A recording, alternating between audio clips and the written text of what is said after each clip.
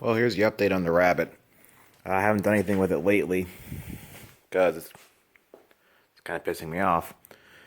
So, everything on the brakes is new. New wheel cylinders, new calipers, new master cylinder. The thing has 0 brakes. Like, it goes right to the floor like there has a giant hole in the line, but there isn't. The first new master cylinder I put on, after sitting overnight, it leaked the fluid out of the back of the master. So that was bad. So I thought that was the problem. Put another one on. This one isn't leaking that I can tell.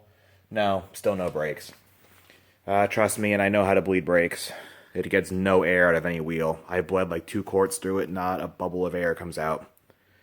I even used that fancy reverse bleeder I showed in the Chevy truck video. That's how I did it initially, actually, was with the reverse bleeder. No brakes, so I did it the normal way with having someone press the pedal and opening the bleeder underneath the car. Still nothing. So, someone said to try pressurizing the brake master cylinder with air and opening the bleeders because they've had luck on Volkswagens like that. So, I made a little thing here to try. Here's my device that I made. It's a plumbing, I don't know, like a cap from like a hardware store. Something to do with plumbing. I don't know, it's a cap off a pipe or something like that. Drill a hole in it, put a tire valve in it, and just lobbed it up with rubber cement. My friend made these before to check for boost leaks, and they used plastic on the end. And I didn't think that was important. I just got this all rubber one, but now I see why, because this thing actually pulls right through. Even when you make it the right hole diameter, the rubber doesn't sit like in the little lip of the tire valve. Yeah, there's one here. So when you put it through your rim, like your rim sticks in this little groove right here. And that's what holds it in, but rubber doesn't like it.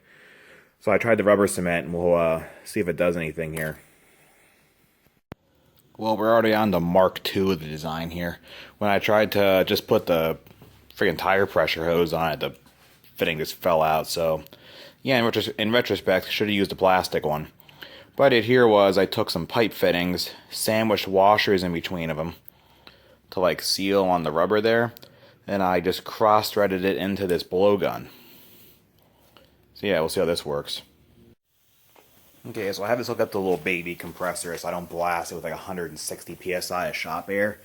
I have it turned down to, it's about how low as it'll go and still maintain like a standard pressure, about 20 psi. Got a little short hose on here. Have the blowgun hooked up, clamped onto the master cylinder. So you can see it is pressurizing it. I just have it going into a cup down here with a line from the Phoenix bleeder. And I don't know, like 2 bubbles came out.